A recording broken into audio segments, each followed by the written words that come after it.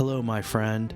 This is just a quick note before we get into the Pandora's box of this episode. I want to say welcome to Renegade Files Season 3. Our previous episode was a wrap-up of our second year. This is episode 51. It's the first episode of our third year, Season 3.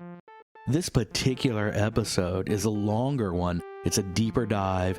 We are going to go longer and deeper on some of the shows this season, so I hope you're ready for it. So once again, thank you so much for tuning in, and this episode is for you. I hope you enjoy it. Please take care. Thank you.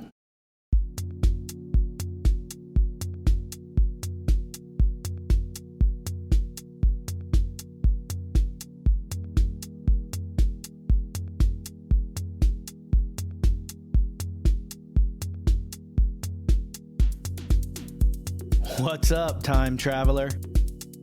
You've jumped through hyperspace to find Renegade Files, your destination for the exploration of paranormal events, UFOs, cryptids, and conspiracy theories. I'm your host, Lex Gordon, sending out the signal from the Jungle Villa outpost deep in the uncharted tropics. This is Renegade Files episode 51, the Oklahoma City bombing.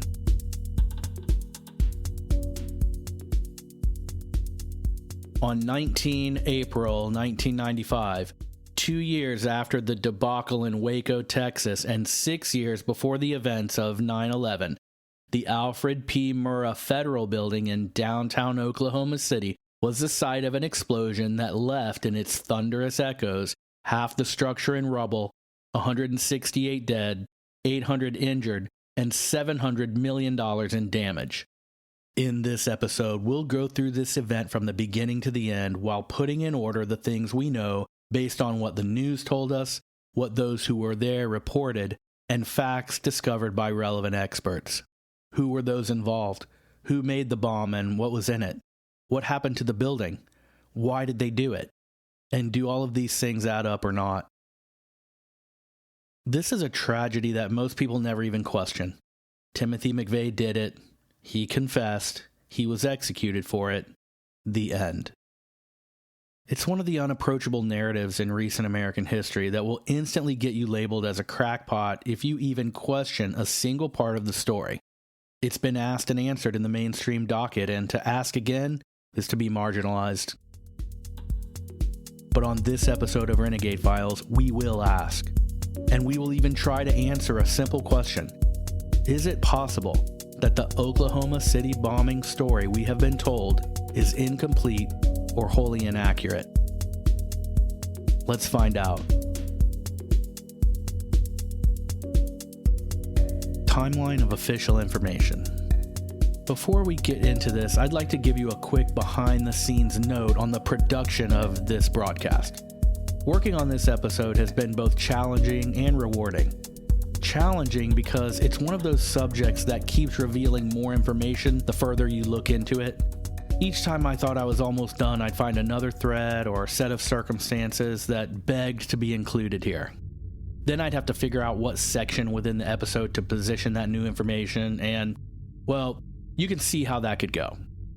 Even so, there weren't multiple instances of my finding contradictory evidence. As complex and deep as this story is, the alternative media coverage on it is remarkably consistent. But because it was one of those topics that seems to grow and grow no matter how far you look into it, finalizing and organizing the literal mountains of information here was hard, and it took a long time. I tried to organize all the data in this case into 3 or 4 parts, like the official narrative, who was McVeigh, survivors and witnesses, analysis and experts, but all of that information kept wrapping back around on itself and reconnecting to previous sections, so I did away with most of those categories, at least having them as 100% formal segments, and we're just going to dive deep. I mean, basically, I did the best I could considering how big this is, so that's that. But doing this was also, as I said, extremely rewarding. This is the first episode of Renegade Files Season 3, which begins our third year on the podcast airwaves. It's also a deep dive, a long episode, and one that delves into a touchier subject, a more hardcore conspiracy. and a potentially divisive combination of topics. But it could very well be that all of that is by design. McVeigh was cast as a white supremacist in the media, so to question his guilt is to risk being marginalized as the same. But no matter what the legacy media tells us, the story of the Oklahoma City bombing is not a story about race. So then, what is it? The following is a paragraph from the Oxford Study Course's interpretation of one of Plato's most important writings, The Republic, wherein Plato described what he saw as the perfect society. From the Oxford translation of Plato's Republic, we read, quote, "The ordinary members of the ideal state are, indeed, not meant to think on their feet or make their own judgments. Instead, they are treated like children, being told edifying stories as they are given a simplistic interpretation of the origin of their community.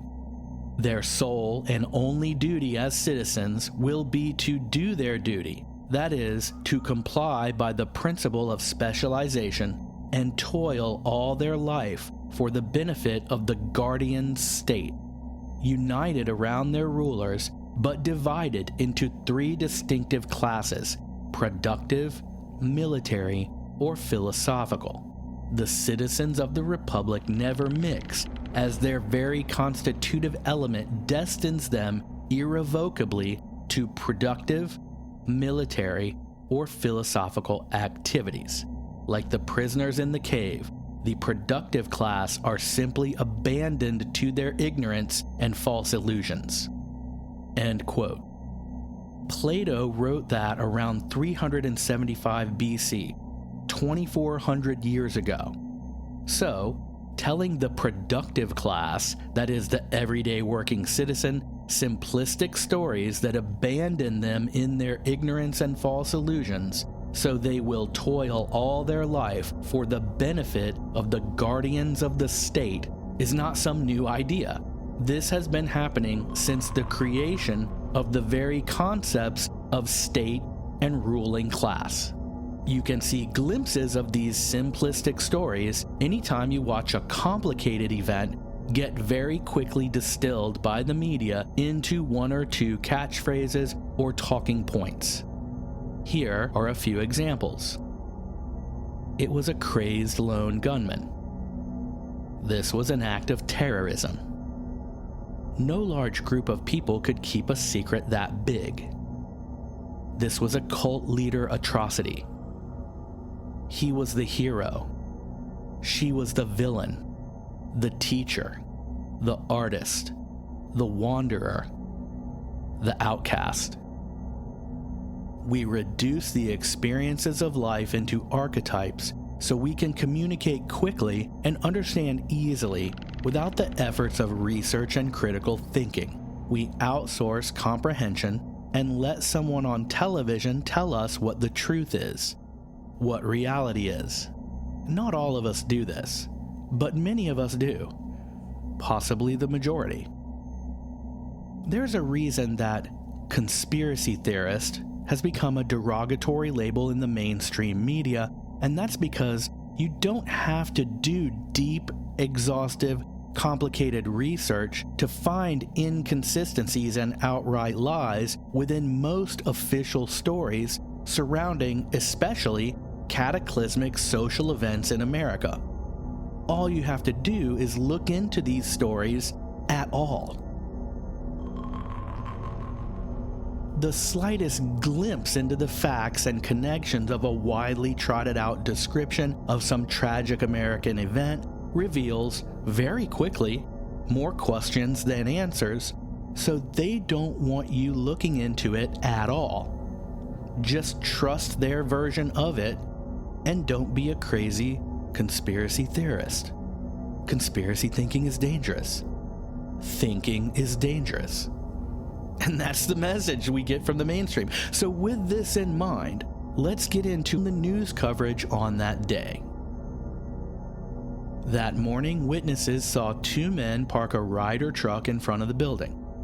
Shortly before the bombing, two men, Middle Eastern or possibly Hispanic, were seen by witnesses running away from the federal building, getting into a brown pickup truck, and speeding away.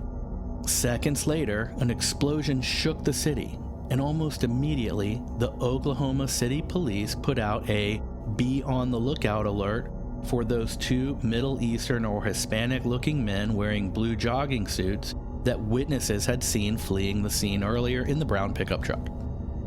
The news media initially reported that there were 2 explosions, based on eyewitness testimony, but this version of events quickly vanished from follow-up reports and within 24 hours was never mentioned on the news again.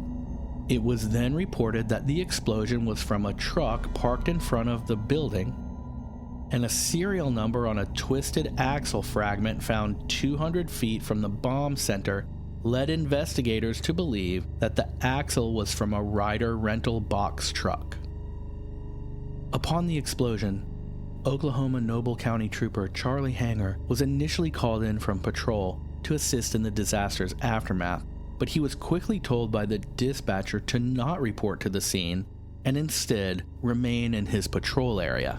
While driving an empty stretch of highway and less than 2 hours after the blast, the trooper came upon and passed a speeding yellow car. As he did so, he noticed that the car had no license plate. Once in front of the vehicle, he slowed way down, and the yellow car, in turn, passed him. At that point, the trooper turned on his flashing lights and pulled the vehicle over.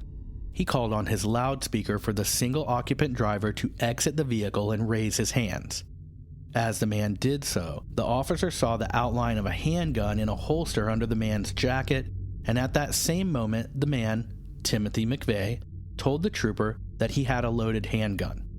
McVeigh, a 26-year-old Army veteran, was arrested for the first time in his life for carrying a concealed weapon.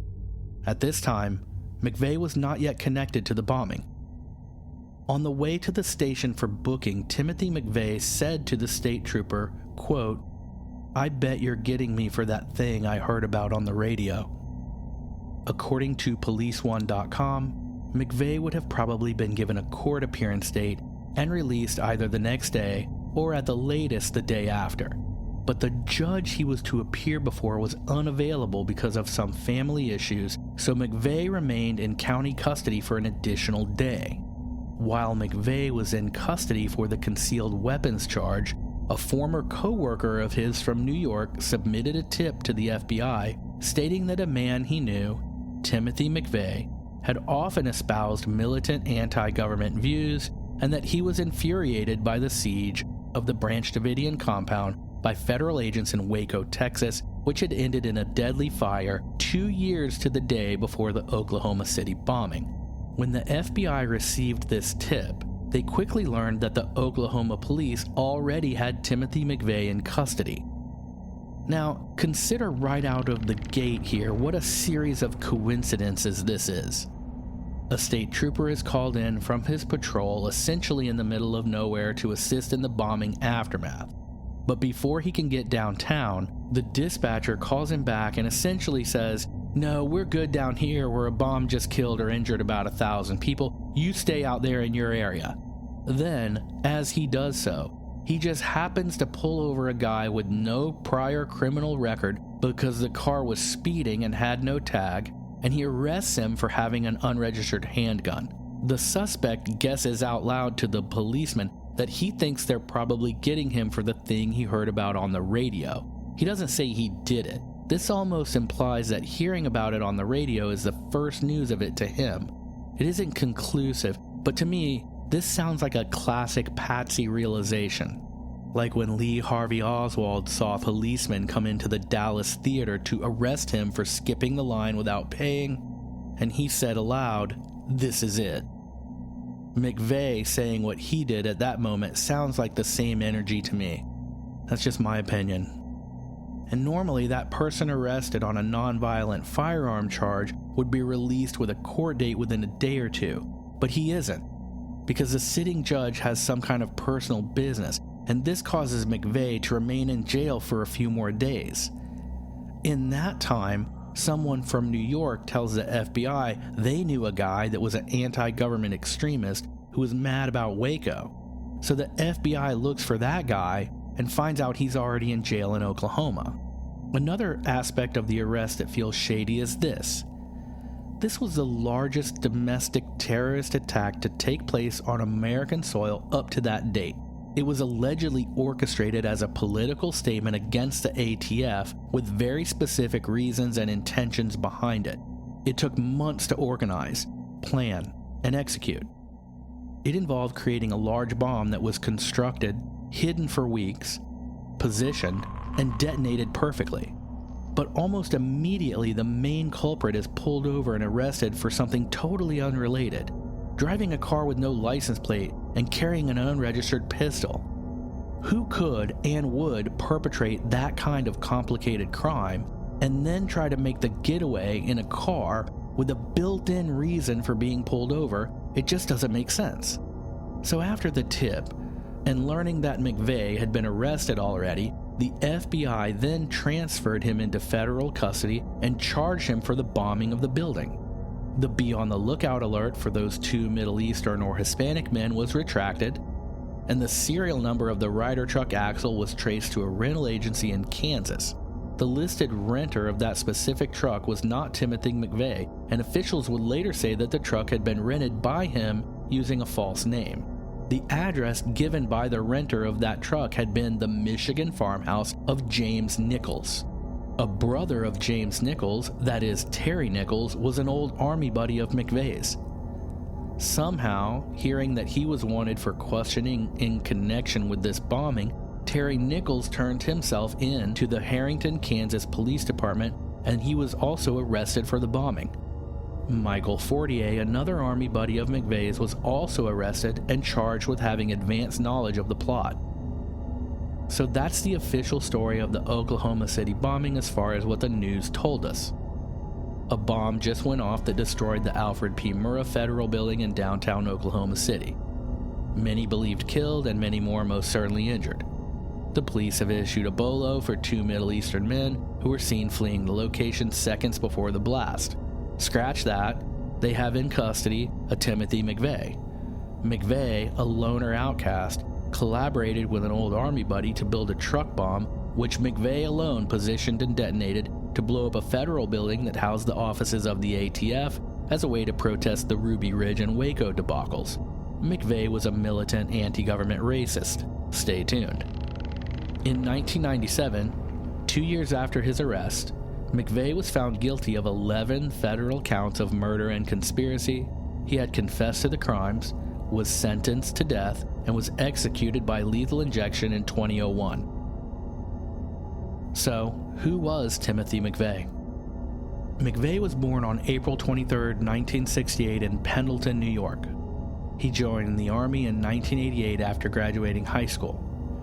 He rose from private to sergeant in 2 years, and by 1991 his infantry unit was in the Middle East amid the First Gulf War. He was a sharpshooter and a sniper. He was awarded a Bronze Star for valor and a combat infantry badge for his combat service. When combat ended, his unit was assigned to provide security for General Schwarzkopf in Saudi Arabia. During that assignment, McVeigh was ordered to return home to Fort Bragg, North Carolina, having applied and been selected to try out for the Green Berets, the Army Special Forces.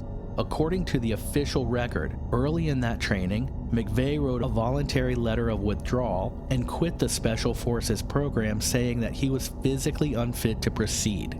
According to the official characterizations of McVeigh, he had long held aspirations of joining the Army Special Forces, but upon failing to accomplish that goal, became frustrated and unexpectedly quit the Army. The official story is that after quitting the Army, he fell in with some anti-government, right-wing extremist, white supremacist militia groups, and the rest is history. But in a letter that McVeigh wrote to his sister in 1993, he said that after taking a battery of intelligence and psychological tests, that one day in formation, out of 400 soldiers, 10 ID numbers were called out, no names, and those men were asked to leave formation and report elsewhere. McVeigh was one of those 10. McVeigh told his sister that he and these other soldiers were asked to volunteer to do special assignments on both domestic and international fronts. And it's also worth saying that it is very likely that in that situation, the Army Special Forces are not going to ask anyone who has the slightest chance of saying no. They drill it right down to the people they want. We also know McVeigh told both his friend and accomplice Terry Nichols and his cellmate on death row, or the person in the cell next to him, that he had been recruited by the Army to go undercover and do intelligence work as an independent contractor, and that he had operated as such from the moment he officially left the Army until the bombing, when he was abandoned fully by them and left to the machinery of the justice system. But he never truly believed that, and it seems that he felt that he was still undercover and that they were going to save him all the way up until the moment that they gave him the lethal injection, and maybe they did or they didn't, we'll get to that later. It seems that attorney access to documents and interviews with Nichols and McVeigh's cellmate, or prison mate, that could corroborate these statements had been blocked by federal judges for reasons of national security. McVeigh claimed that he was selected to help fly drugs into the U.S. through the CIA, to fund covert operations, and to work as a military consultant to civilian police agencies to quiet anyone deemed a security risk, and as such, act as a government-paid assassin. The New York Times published this letter and dismissed these claims by simply saying, quote, "The government has always denied such activities." McVeigh also claimed that he was used as an undercover operative to recruit militia members under the guise of collaborating with them to bomb federal buildings as a way to entrap and arrest militant anti-government activists. He said this was part of what he called Operation PatCon, which we would later find out through FOIA-requested documents was a real operation. Also named in PatCon documents is a character named Andreas Straussmeyer, who we will get to later, and this whole thing becomes increasingly complex to say the least. Just a quick note with regard to these claims: of the three main assertions made by McVeigh, perhaps the most outlandish sounding one, the claim that he helped fly cocaine into Arkansas for the CIA to sell and fund their black ops, is the one thing we do know absolutely happened. We have no proof of McVeigh's direct involvement there, but the fact that the CIA did this is not in question. So knowing that the CIA did in fact import cocaine into the US to sell so they could raise money to finance their off-the-books operations does make McVeigh's other claims sound quite within the realm of possibility by comparison. He said he was a government-paid assassin and guided to recruit militia members for blowing up federal buildings so they could be framed. Does that sound more outlandish than the known fact that the CIA imported cocaine into the US through Arkansas so they could sell it to our citizens and get cash to fund their black ops? Not at all. So here we come to the first evidence that McVeigh could have been what Colonel Fletcher Prouty calls in his book, The Secret Team, sheep-dipped. A very short definition of a sheep-dipped military operative is one who officially quits the military on paper in order to do deep intelligence work for clandestine military or intelligence operations. We know that this intricately devised Army intelligence mechanism, sheep-dipping, was used in the 1960s for Project Heavy Green within the Vietnam conflict. This was a way to circumvent the 1962 Geneva Accords and deploy 48 Air Force personnel into Laos, not as the actual military airmen they were, but as civilian employees of Lockheed. Sheep-dipped military operatives and activities like Project Heavy Green are not conspiracy theories, but historically documented facts. So knowing this, we quickly realize that it puts any research into McVeigh and his activities in a very difficult box. Being sheep-dipped is, by design, a deeply hidden activity, and any records to be found will tell the story of his officially leaving the Army for whatever reason his sheep-dipped cover established. When McVeigh was initially pulled over for driving without a license plate, Remember that he voluntarily told the officer that he had a gun. When he found out he was going to be arrested, he showed that officer a military ID card that he claimed was his last resort if, while working in his undercover capacity, he was ever to run afoul of local law enforcement or some other operation. So it was, he believed, his get-out-of-jail-free card. But it didn't work. When showing that ID did nothing, it may have been the first time McVeigh realized he was in serious trouble.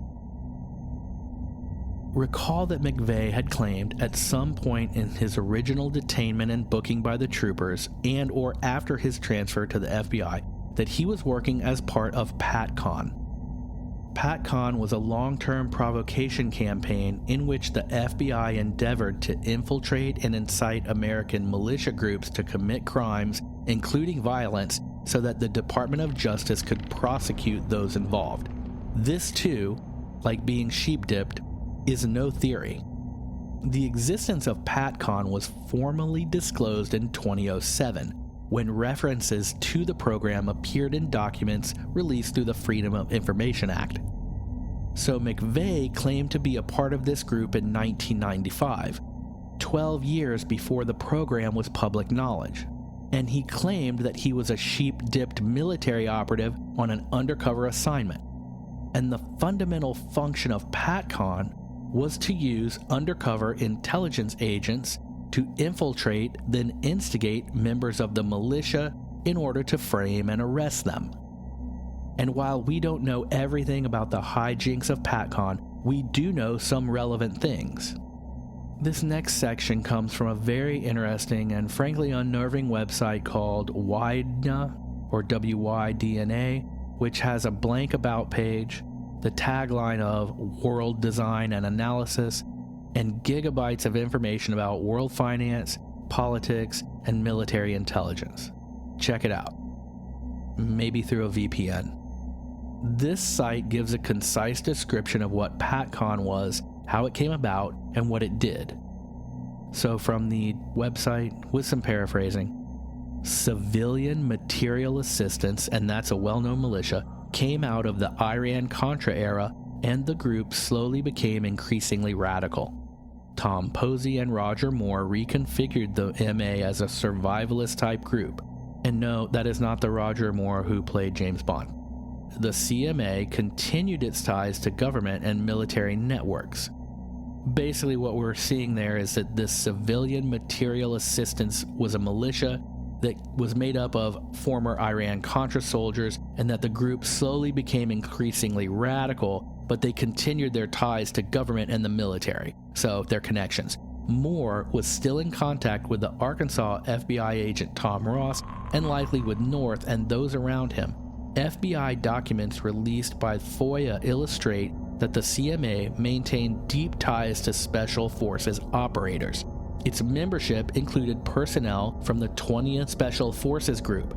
The FBI document goes on to state that the 20th Special Forces Group is the legal mercenary force of the military, which operates with Task Force 160, also known as Night Stalker, out of Fort Campbell, Kentucky. At the 1990 Soldier of Fortune convention in Las Vegas, the CMA made contact with the Texas Light Infantry Militia, known as the Texas Reserve Militia, a survivalist group with ties to Louis Beam and the Aryan Nation. The encounter led to a proposed merger between the CMA and the TRM. The strategic alliance was motivated by President George Bush's repeated invocations of a new world order in speeches to describe the post-Soviet world.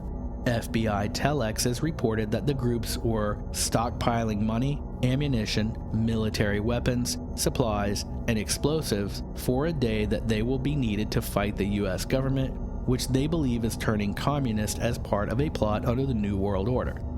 The CMA and TRM established a training camp in rural Texas about an hour outside of Fort Hood. Local police were bribed to look the other way, and inquiries into their activities were met with the claim that this installation was a DEA training base.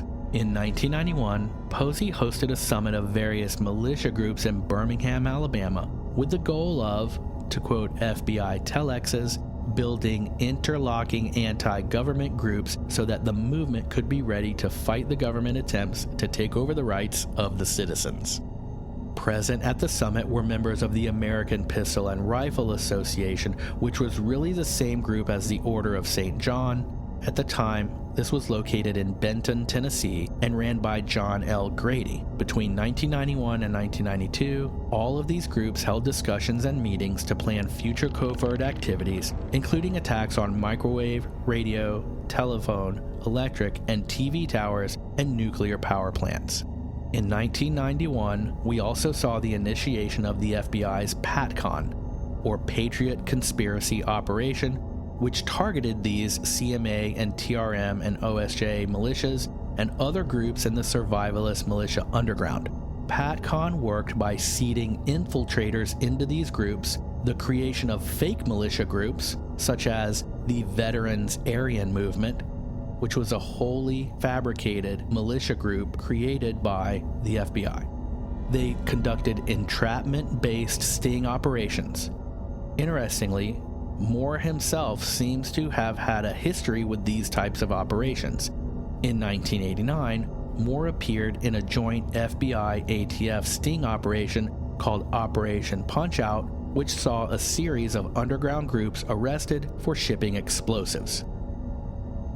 So that's the end of the WYDNA website information, at least what I'm going to go into. And that's just a tiny glimpse into the complex web that makes up a combination of genuine American patriot militias, undercover federal agent provocateurs, outright fabricated extremist militias created wholly by the FBI as entrapment schemes, and the interconnections of all these groups share with the legitimate military special forces organizations and their soldiers, contractors, and operatives.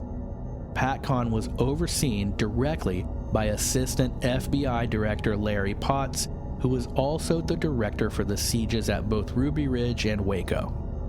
Also, the same structural engineers who determined, from a few blocks away, in fact, that the Ryder truck bomb had brought down the Murrah building were the exact same people who told us that David Koresh lit the fires that burned down the Waco compound, and who gave us the pancake theory of the WTC tower collapses, and who told us that the heat from those tower fires caused Building 7 to crumble within its own foundation.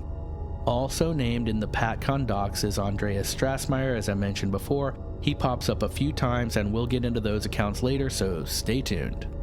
As you can see, this story has many moving parts, and we're just getting into it. You could come at it from multiple angles, but at this stage, I want to get into what the survivors tell us.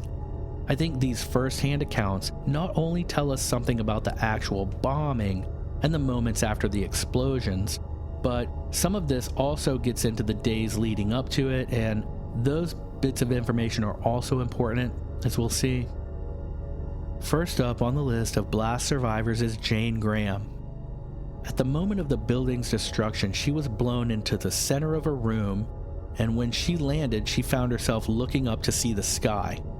On the Friday before the explosion, Jane Graham and several other employees in the building saw men wearing Federal General Service Administration, or GSA, uniforms, drilling holes into the concrete pillars in the underground parking garage of the Federal Murrah building and inserting what she said looked like blocks of clay, then connecting the installations with what she thought was telephone wire.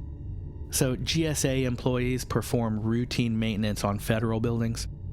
She saw the same men once again in their all-blue GSA uniforms at 8:15 on April 19th, approximately 47 minutes before the bombing. They had just exited a stairwell that comes directly from the 9th floor down to the hallway she was in, and they walked, according to her, briskly past her. She then saw, in a news video, in the aftermath of the explosion, these same men walking around the outside of the building on the street amid the chaos and rescue activities. But on this video, these men were no longer in the GSA uniforms, but in street clothes. Also in the building that day was V.Z. Lawton, who worked for the Department of Housing and Urban Development's Native American Authority. Lawton was knocked out by the blast. When he awoke, he stood, looking into his office, and as his eyes adjusted, he realized there was a bright light behind him.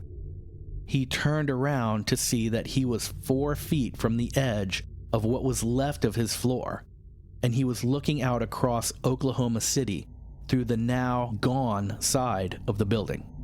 He died in 2012 of natural causes, and after the incident had remained active in the Oklahoma City Bombing Investigation Committee in search of the truth. He co-authored the final report, which provided evidence that differed from what the U.S. government had concluded and presented about the explosion. And that language comes directly from his obituary. The ATF had offices in the building. It was the ATF who were the alleged target of the attack, as described by those who cast McVeigh as seeking revenge against the ATF's mishandling of the Waco siege, and mainly that would have been the prosecution. However, the ATF agents who worked in the building did not come to work that day for some reason. According to one witness speaking in silhouette on a KFOR news report, he contacted the ATF to ask if they had any information about his wife, who had been in the building the morning of the bombing. I guess he was worried about her and trying to find out if anyone knew where she was, that sort of thing. This man persisted when he was told all of the agents who worked in the building were in a meeting that morning. After asking again to speak to someone who had been there, he was told by this person at the ATF that none of the ATF officers were in the Alfred P. Murrah building on that morning of the explosion because all of them had been paged and told not to come into work that day. The ATF did say that 2 agents had gone to work that day, however. One agent named McCauley said he had been in an elevator when the bomb went off, and that the elevator had fallen freely for 5 stories. When it landed, he escaped and helped others in the building to safety. But there's a problem with that story too. Oscar Johnson, elevator mechanic, was part of the crew called in to assess the conditions and occupancies of the elevators in the building after the blast. His crew arrived even before the firefighters. He testified that the elevator in which ATF agent McCauley had claimed in a grand jury investigation to have free-fallen in was actually stuck at the top floor, with a fallen wall caving in the elevator doors. In addition to this elevator technician testifying that this particular elevator was actually pinned at the top of the building, he also said that none of the other elevators had experienced a free fall condition that day. In addition to the elevator technician's evidence that ATF agent McCauley was lying about his self-grandizing heroic story, building maintenance supervisor Dwayne James described McCauley's story as, quote, pure fantasy.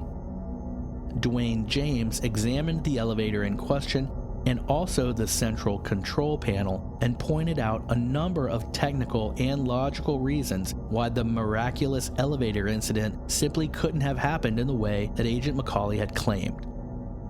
After these rebuttals, McCauley and his story simply vanished from media coverage. The other ATF agent that was officially said to have been in the building said that he was trapped in a room where all exits were destroyed and blocked, but that he knew karate, so he karate chopped his way through the walls to escape. And I cannot make this stuff up. Paramedic Tiffany Bible testified that while she was on the scene immediately after the bombing, she asked an ATF agent if any ATF officers were in the building. This ATF officer told her no, none of the agents were in any of the ATF offices, and that the bombing had been a response to Waco. Why would he say that, and how would he know? This was before Timothy McVeigh was even arrested. ABC's news show 2020 did a report that told us, among other things, that there was at least some prior official knowledge of a bomb or bomb threat at the Alfred P. Murrah building. They told us that witnesses had seen an Oklahoma City police bomb squad truck at the scene the day before the incident. 2020 also showed documents revealing that someone had called the Justice Department in Washington, D.C. to report that the Alfred P. Murrah building had been bombed, but this call came in 24 minutes before the explosion. All of this makes a case for prior knowledge at an official level. 2020 was preparing a more in-depth episode on the story, but, according to show producers, federal agents prevented them from airing it. News Channel 4 in Oklahoma reported, shortly after the bombing, that Governor Frank Keating's brother, Mark Keating, had been working on a novel long before the events at the federal building explosion about a terrorist bombing in Oklahoma City. One of the characters in the novel was named Thomas McVeigh. This is one of those situations that seems so impossible. As time passed, all of the news reports dropped the many leads and various characters who were connected to the explosion in the early stories, and the mainstream media fell into a single narrative chanting that it was Timothy McVeigh who blew up the building with a truck bomb as revenge for the Waco massacre. But News Channel 4 was the only news station that did not change its initial stories as the days went by, and they continued to report on the missing John Does, the multiple explosions, and the suspicious activities surrounding the bombing. That station was then bought out by the New York Times, and everyone who had worked on the Oklahoma City bombing story was fired. Don Browning of the Oklahoma City Police said that their department's horse patrol unit, assisted by the County Mounted Division, was outfitted, saddled, and deployed on the morning of the blast, but well before the explosion, to position themselves downtown for crowd control. Don Browning said that very rarely would the mounted officers be used for crowd control for any event. Another inconsistency concerning witnesses on that day revolves around the official story that McVeigh drove, parked, then detonated the Ryder truck bomb entirely alone. In order to convict a single person for blowing up the building, and to facilitate a tidy wrap-up of the case, McVeigh had to have done the main action by himself, then everyone else could just be people who helped him buy fertilizer and fuses or whatever. But FBI agent Danny Coulson, who was in charge of the crime scene that day after the blast, spoke candidly to the BBC in 2007 about the many eyewitnesses who came forward to say otherwise. Coulson said, quote, "We know there were 24 people that were interviewed by the FBI that said they saw Mr. McVeigh on April 19 with someone else. Coulson's statement is corroborated by the FBI's 302 reports, which contain these descriptions of other men with McVeigh, which these witnesses provided to those agents." Now, this is interesting because not only do we know that multiple people saw someone else with McVeigh on the day of the bombing, and that is exactly what a direct accomplice is, and it seems that there's more going on here than the feds just wanting to nail one guy to make the case easier. I mean, nail two guys, just the same. What's the difference, right? But not only did they brush aside the eyewitness testimony of other people with McVeigh on that day, but they actively dismissed what would have been valuable testimony that also would have helped convict McVeigh. The main piece of evidence being that of Mike Murrah, who was interviewed by the FBI numerous times in the week after the bombing. Murrah was a mechanic working at Johnny's Tire, an automotive repair shop located a few blocks from the Murrah building. Murrah said that on the morning of the bombing, Timothy McVeigh pulled the Ryder truck into Johnny's Tire at about 8:30 a.m. to ask for directions to the Murrah building. Murrah had spoken to McVeigh face-to-face, and his two co-workers, Alan Gorel and Byron Marshall, confirmed that they had seen McVeigh as well. But Murrah said that McVeigh also had a passenger with him in the Ryder truck. This man came to be known as John Doe Number 2. Murrah's account was so significant that the FBI brought him downtown to their command center, where he identified McVeigh in a live lineup. Mike Murrah would have been a dramatic witness for the prosecution because his testimony would have placed Timothy McVeigh in downtown Oklahoma City asking for directions to the Murrah building while driving the truck with the bomb in it, presumably. but his testimony was left out of the trial. Why? Is it possible that the guy with McVeigh that day was an FBI informant? That would explain why the FBI might not want the world knowing who that guy was if he was there with McVeigh and helped him to park the truck. We know that the FBI had informants infiltrating these militias. One source tells us that sometimes there were more FBI informants in the militia groups than actual militia members themselves. And this is all far from just that good old dangerous conspiracy thinking. FBI documents obtained through FOIA requests tell us that in 2005, Terry Nichols was scheduled to be interviewed by State Representative Dana Rohrabacher, who was at the time chairing a subcommittee tasked with writing a report on terrorism. In a memo dated June 24, 2005, the FBI writes, quote, DTOU, Domestic Terrorism Operations Unit, expressed concern regarding John Doe No. 2's name surfacing during the congressman's interview. End quote. So why would they be worried about the name of someone they call John Doe No. 2 coming out in a House Subcommittee on Terrorism interview with someone convicted in the Oklahoma City bombing if there was never any second person with McVeigh in the first place, as they have repeatedly told us? By the way, the DTOU referenced as being worried about this in the FBI memo is the FBI unit responsible for running informants and sting operations in terrorism cases. Not only that, there are at least 20 video surveillance tapes recorded on the morning prior to this event and showing the explosion itself.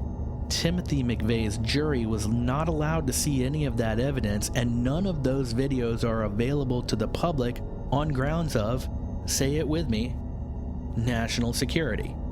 Correct. One videotape that did slip out was a recording from a McDonald's drive-thru in Junction City that shows Timothy McVeigh was there within minutes of the time stamped on the Ryder truck rental agreement, proving that he could not have both rented the truck and gone to that McDonald's. They're 20 minutes apart. So this casts into serious question the conclusion that the fake name on the Ryder truck rental agreement was really McVeigh, as the prosecution maintained throughout the trial. Many believe it was Terry Nichols who rented the truck under the alias, partly because it was his brother's Michigan address that was used on the form. Another colorful character in all of this is Carol Howe. Carol Howe received weekly payments from the government to act as an informant as she infiltrated the white supremacist militia at what we know as Elohim City. Elohim City is a 400-acre private community located in Oklahoma, and in her role as an undercover informant, Carol Howe went so far as to get a swastika tattooed on her arm. She lived in Elohim City for some time and associated with McVeigh often as he lived there off and on.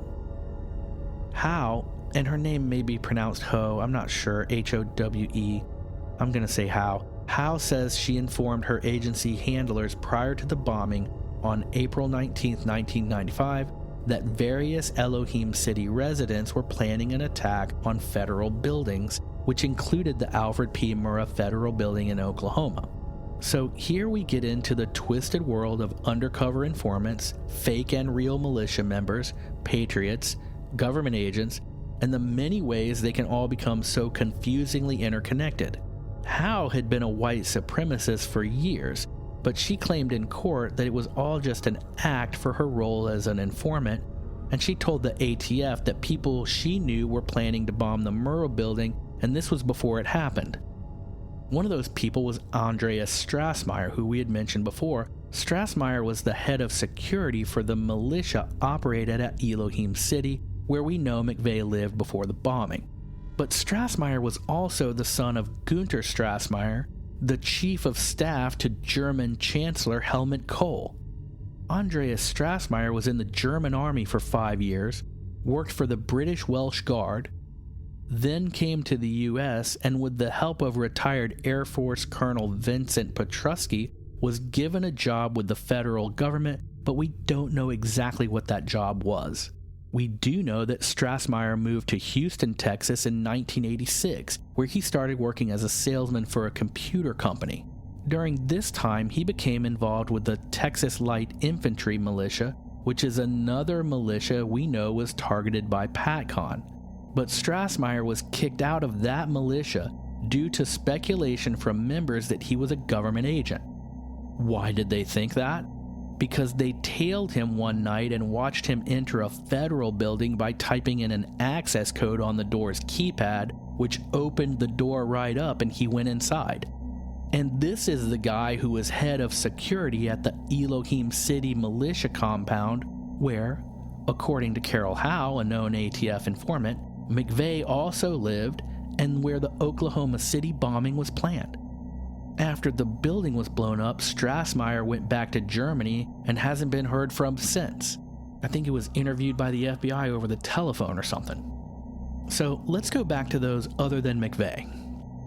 In addition to the initial APB put out for two Middle Eastern men in blue jogging suits driving a brown pickup truck, Timothy McVeigh was seen multiple times by multiple witnesses in the weeks leading up to the bombing, and never once was he alone. Upon his transfer to federal custody, APBs were put out for at least two other John Does who had been seen with McVeigh several times. A man who gave McVeigh directions while he was driving the Ryder truck reported and described a passenger who was with him to the FBI. Witnesses at the hotel where McVeigh stayed prior to the bombing described a second person who was with him the entire time, and another witness had seen McVeigh around the federal building with two men making calls from a payphone. This is back in the days of payphones. And yes, kids, there used to be a thing called a payphone that you would actually put a quarter in and you could call your friend. It's also in the days of a phone call. The FBI says McVeigh rented the truck alone, but the owner of Elliott's Body Shop, where McVeigh rented the Ryder truck, says that two men rented the truck. Who are you going to believe? As soon as McVeigh was charged with the bombing, the searches for all of these other suspects and accomplices were withdrawn. Craig Roberts, a 27-year veteran of the Tulsa, Oklahoma Police Department and an investigative journalist, was asked by the FBI in cooperation with his chief of police to follow every lead and clue he could find about the bombing, McVeigh, Terry Nichols, the evidence in the building, and anything else he could think of to help in their investigation into the matter. One of the first people inside the building after the explosion was an Oklahoma City police officer who told Roberts that the most damage to the building had been done at the back of the rubble, in the center of the building, where he discovered a crater that had been blown out and the hollow space extended down 2 or 3 stories below ground. Roberts says that information was never part of the DOJ investigation because it did not fit the narrative that Janet Reno had laid out for the case. Janet Reno, you will recall, was also at the helm when the Waco compound was set on fire. Nikki Deutschman, who was the foreperson on the jury in the Terry Nichols trial, said in a TV interview, quote,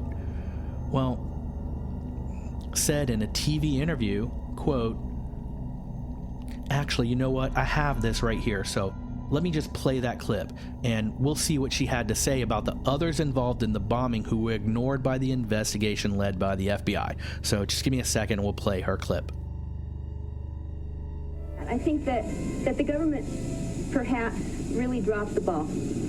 I think that there were a large number of sightings right around before, the week before, and the days and months after the bombing, and sketches of people that were recognizable. In this trial, there even was a photograph of someone who may have been involved with mixing the bomb, with putting the bomb together. And that person, it was a photograph from a newspaper. Obviously, that person's identity is known. I think there are other people out there, and decisions were probably made very early on that Tim McVeigh and Terry Nichols were who they were looking for, and the same sort of resources were not used to try to find out who else might be involved. Once again, that was Nikki Deutschman, the jury foreperson in the Terry Nichols trial, speaking to reporters on camera after that trial. Terry Nichols, who was the man Timothy McVeigh lived with when the Ryder truck was rented, was allegedly the person who helped McVeigh construct the container truck bomb. But there's someone else involved too that could have built that thing, and that gets real sketchy. It's not real, it's just all hearsay. But Nichols was tried in a separate trial, found guilty of being McVeigh's accomplice, and given a life sentence. He was tried in Oklahoma again in 2004 on state murder charges, with the prosecution seeking the death penalty, which they felt Nichols had slipped out of in the previous trial. But once again, although he was found guilty, he was spared the death penalty. Michael Fortier, another accomplice, became a witness for the prosecution in both cases and received a 10-year sentence. He was released in 2006 and went immediately into the witness protection program, I think with his wife. The short trial for McVeigh lasted 3 weeks. The shorter jury deliberation lasted less than 24 hours, and McVeigh was sentenced to death. McVeigh waived all of his appeals. Just before his execution, the FBI announced that they possessed thousands of documents pertaining to the case that had not been provided to prosecutors. This resulted in a month-long stay of execution, but the documents were still kept from evidence, and McVeigh was executed on 11 June 2001, making his one of the fastest cases of trial, conviction, and execution ever handed down in U.S. history. With the execution of McVeigh, the life sentence of Terry Nichols, and the time served by Fortier, the government declared the case closed and justice served. Oklahoma State Representative Charles Key made the observation that on the first day of the bombing, a significant amount of information came out immediately surrounding what had caused the explosion, witnesses at the scene, descriptions of suspects, building damages, and things of that nature. But that information changed, in his words, quote, very significantly and drastically as the day went by and the next several days went by. That caused a lot of questions in people's minds about what really happened here. End quote. Dale Phillips of the Oklahoma Bombing Investigation Committee says that immediately after the bombing on the first day, local law enforcement and local media were doing a good job investigating and reporting on the event. But when federal agents, these being ATF and FBI, arrived, there began to be multiple reports of 2 additional undetonated bombs within the building. The declarations of these 2 new bombs were used to drive local officials and technicians away from the scene. I found one of those montages where they string together a bunch of news clips of a wide range of people such as rescue workers, the mayor, a paramedic, different federal agents, random eyewitnesses on the street, news people, and every one of them using the same repetitive, specific, but slightly odd phrase. In this case, all of them kept saying that they just found, quote, 2 additional explosive devices undetonated. Like, yeah, they said they just found 2 additional explosive devices undetonated. Why are the rescue workers retreating? Asked a reporter. Because they said they just found 2 additional explosive devices undetonated. And this just in, we are getting reports that authorities have just discovered in the rubble of the Alfred P. Murrah building 2 additional explosive devices undetonated. Over and over, people on TV coverage, fully unrelated, paramedics, civilian witnesses on the street, news anchors, ALS or law enforcement spokespeople saying that one specific and systematically awkward phrase, 2 additional explosive devices undetonated. Over and over. Just that alone. Do you think it's a coincidence? When you notice those odd phrases and repetition focused on a single idea like that, those are the fingerprints of the deep state. But after rescue workers and journalists were driven away from the scene, reports of those 2 additional explosive devices undetonated simply vanished, and the subject was just dropped. You never heard about it again. What happened to those devices? They just stopped talking about them. And here we get into some very sketchy territory. In that time, after everyone was driven out and away from the damaged building, survivors still trapped inside, witnesses from distant positions like nearby rooftops saw black SUVs and ununiformed personnel entering the rubble and retrieving hundreds of boxes.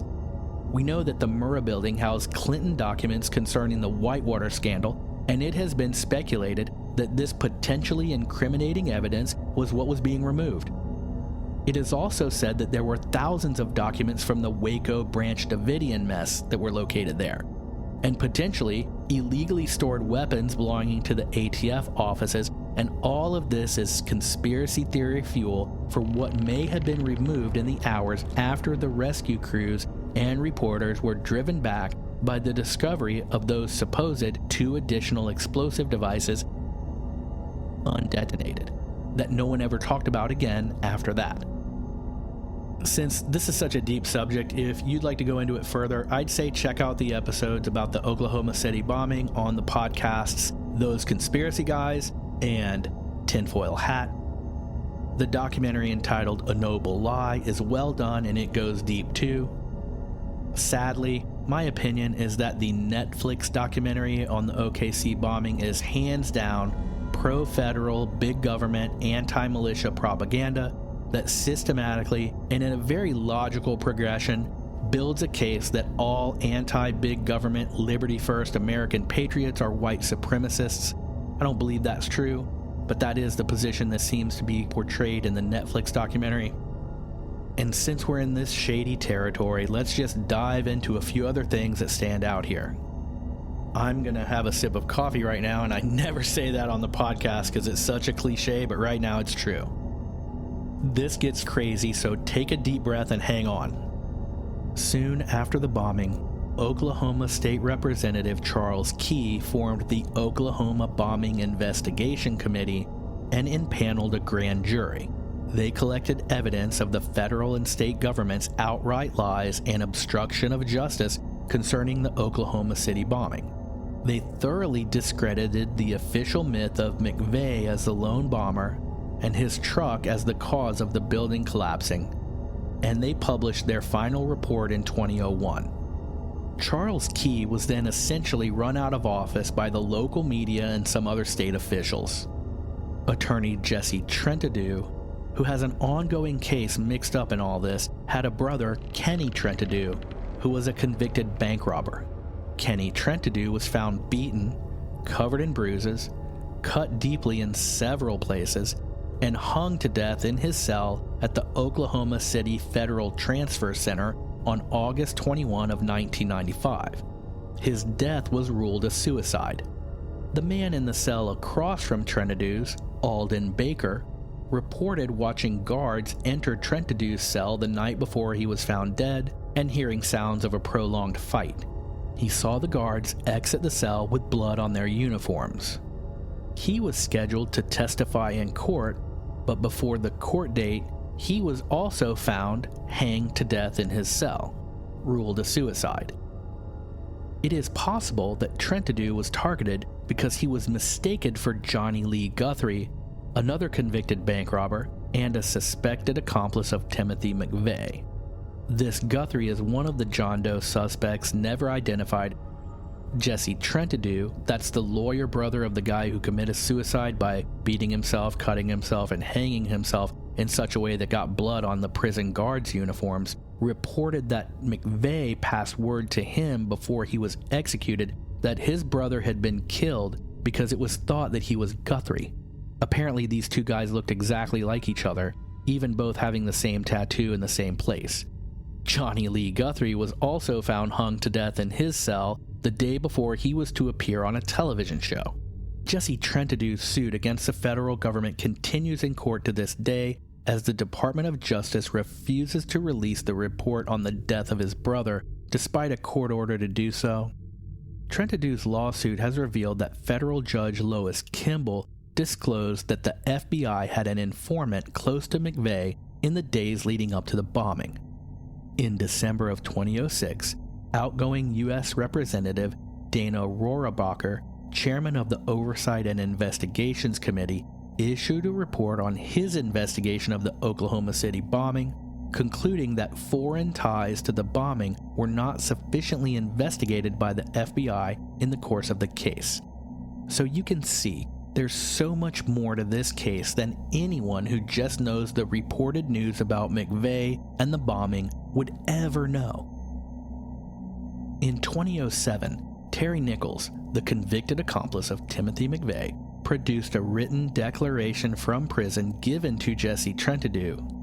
In it, Nichols writes, quote, "Crucial parts of this terrorist act remain hidden from the American people, especially the identities of the others unknown who collaborated with McVeigh in the bombing."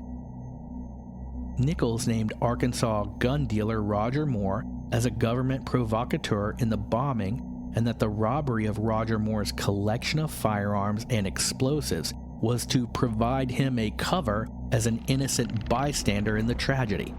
Nichols goes beyond that and names Larry Potts, assistant director of the FBI and the man in charge of the bloody fiasco at Ruby Ridge, as having directly assisted McVeigh in the weeks leading up to the explosion. Nichols also writes that McVeigh told him that he had been recruited for undercover work while in the U.S. Army, so there's that whole thing. It could also be said that Nichols has nothing to gain by making these statements, and in fact, a lot to potentially lose, especially considering the fates of some of those in federal custody who find themselves connected to the Oklahoma City bombing. One last person who met with what looks to be foul play, and I am including his story here because I feel like it would be disrespectful to his name and to his family to leave it out, is the story of a police officer who was the very first law enforcement officer on the scene after the building collapsed, and that was Oklahoma City Police Officer Terrence Yakey. He rescued at least 4 people, and from the beginning he insisted that something about the destruction of the building wasn't right.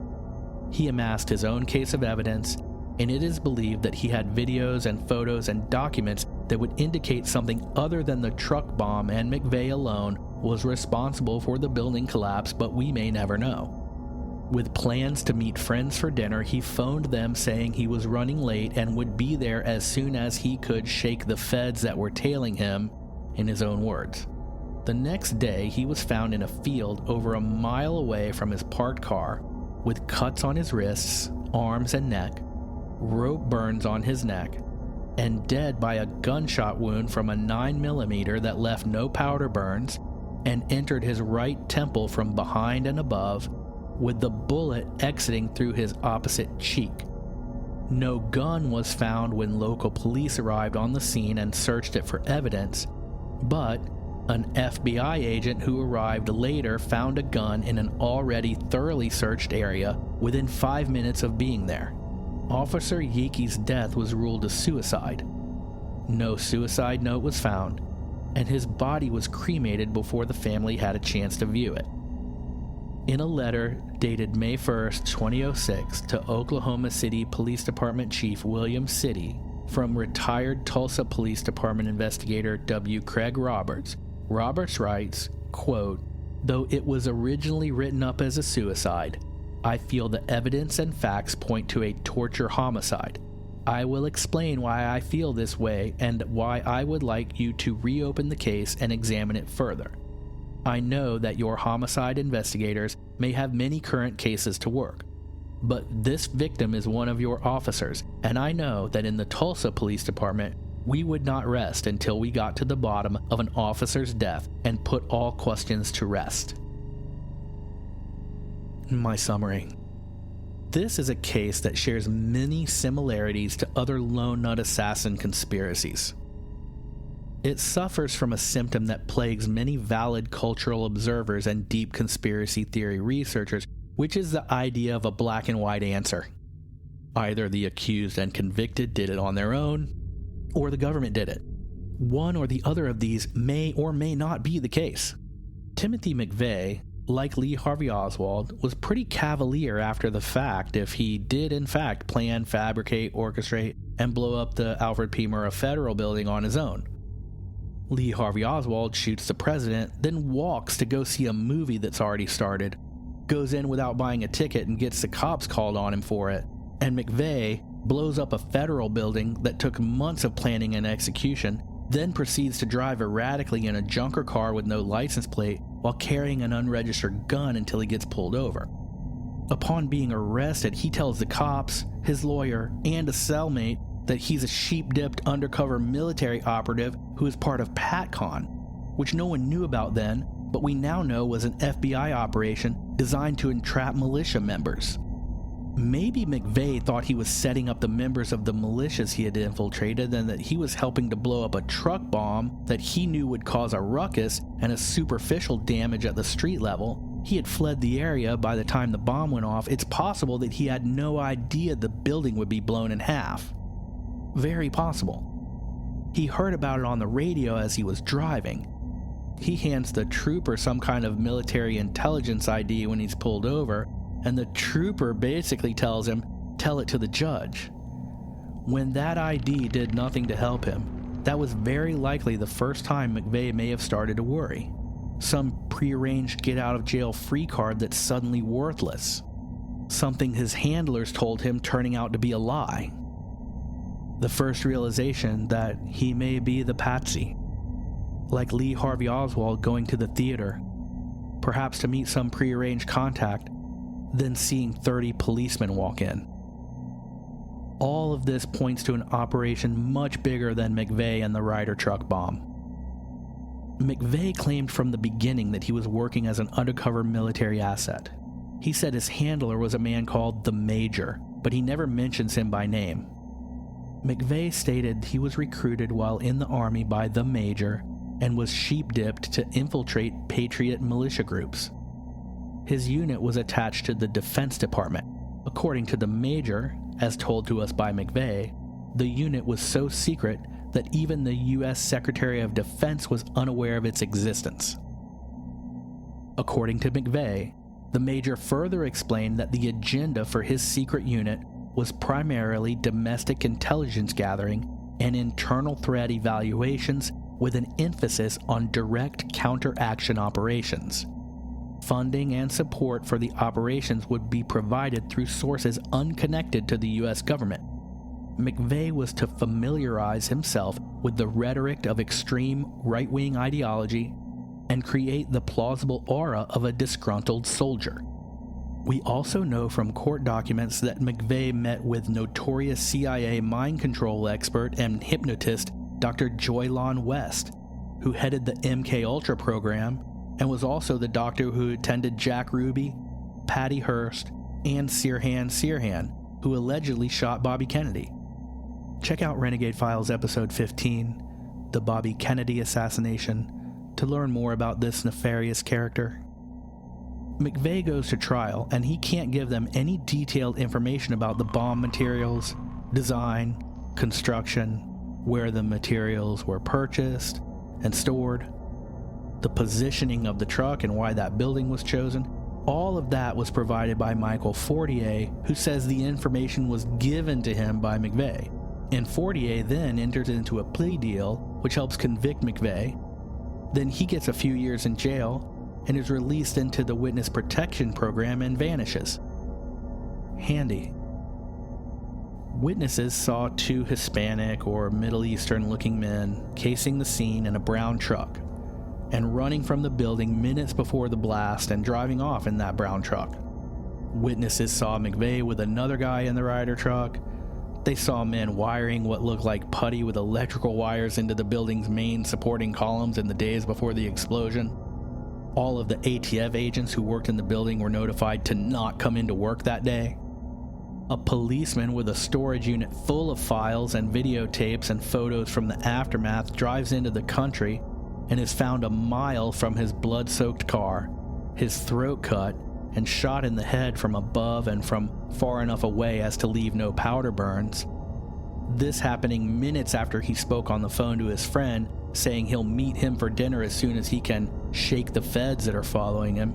His death is then ruled a suicide. According to trial documents provided by the prosecution, Timothy McVeigh used an ammonium nitrate and fuel oil bomb, also called an ANFO bomb, to destroy the Alfred P. Murrah Federal Building. But, according to the Department of the Army and Air Force Technical Manual number 9-1910, entitled Military Explosives, an ANFO explosion requires a greater than 99% purity of ammonium nitrate, as well as specific dryness, before it can be mixed with diesel fuel to create an explosive substance. The manual also explains that the construction of such an explosive compound has to be conducted under such ideal environmental conditions, so exceedingly precise that they are seldom accomplished even by experts.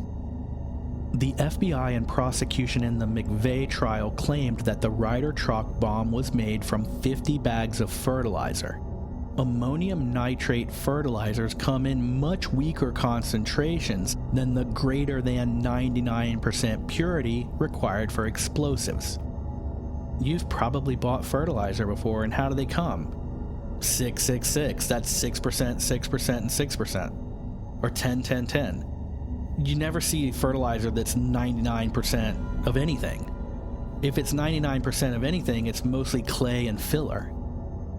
Deriving concentrated amounts of ammonium nitrate from fertilizer, especially 99% pure ammonium nitrate or higher, is a very complex procedure and would require many bags of fertilizer. In short, according to the government's own textbook, the Oklahoma City bomb would have required far more fertilizer than the amounts they say were used, and a far advanced, technically proficient set of procedures in a highly controlled environment to even produce a functioning ANFO bomb. Another oddity is the claim by both the FBI and the Oklahoma City Police that the Ryder truck was identified as the one McVeigh had rented by matching a VIN number of the axle that was found. According to police, the axle was found in the bomb crater, and according to the FBI, it was found 3 blocks away, and whichever it was, Ryder officials say that VIN numbers are printed on truck axles, and any mechanic or bodywork person could tell you that. The axles have part numbers on them, but that's the same part number for every truck that has that same axle, so the axle doesn't link McVeigh to anything. If he even was the one who rented the truck, because he didn't put his name on it. It was someone else's name, a fake name. FBI informant and star witness Michael Fortier, who admitted to trading his testimony for lenient sentencing on gun charges himself, claimed that he and Timothy McVeigh scouted out the Murrah building several weeks in advance, and when doing so, located the positions of the ATF offices. If that's true, why did Timothy McVeigh have to ask for directions to the building that morning? Maybe he forgot, but why then did he park the truck on the side of the building the farthest away from the ATF offices? There was an empty parking lot on the other side, which would have put the truck directly under those ATF offices. The director of the University of Oklahoma's Geological Survey, Dr. Charles Mankin, said that according to 2 different seismographic recordings, there were 2 blasts at the time of the Murrah building bombing. The second explosion came approximately 8 seconds after the first and was much stronger.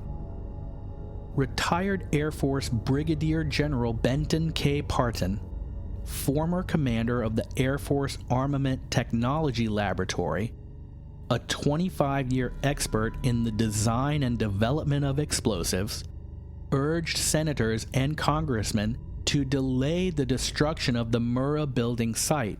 Parton stated in a news release, quote, "When I first saw the picture of the truck bomb's asymmetrical damage to the federal building in Oklahoma, my immediate reaction was that the pattern of damage would have been technically impossible without supplementary demolition charges at some of the reinforced concrete bases inside the building, a standard demolition technique. Reinforced concrete targets in large buildings are hard targets to blast.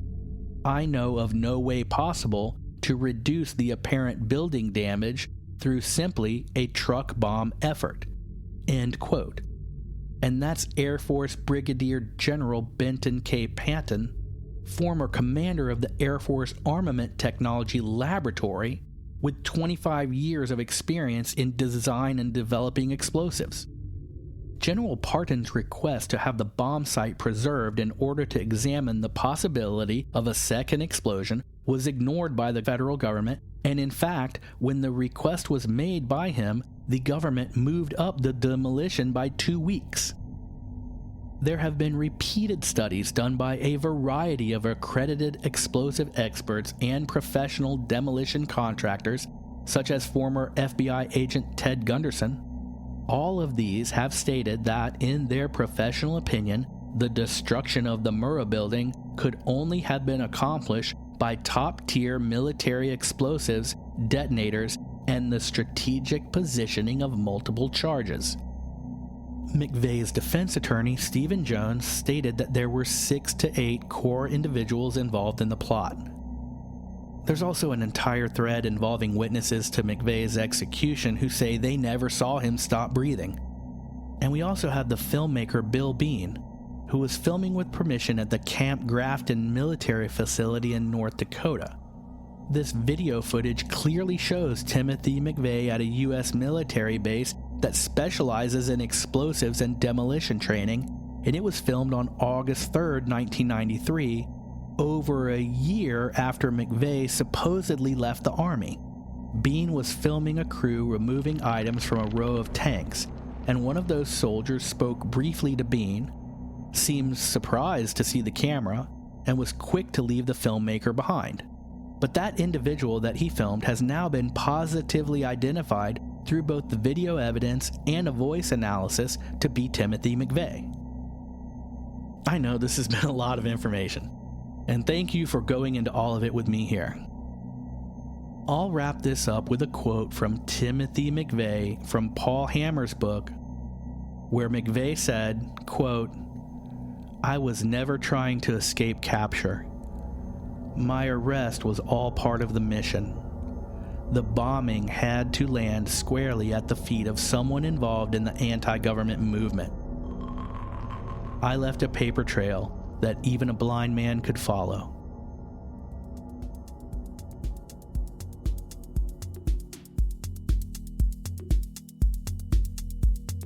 There's a lot there.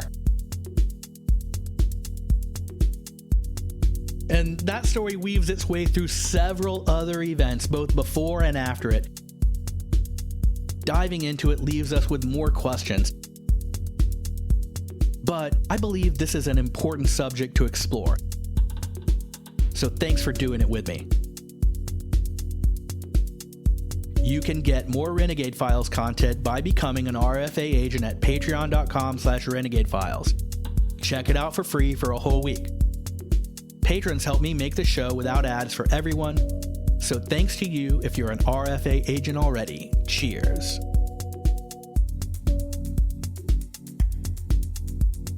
Until we meet again, I'm your host, Lex Gordon.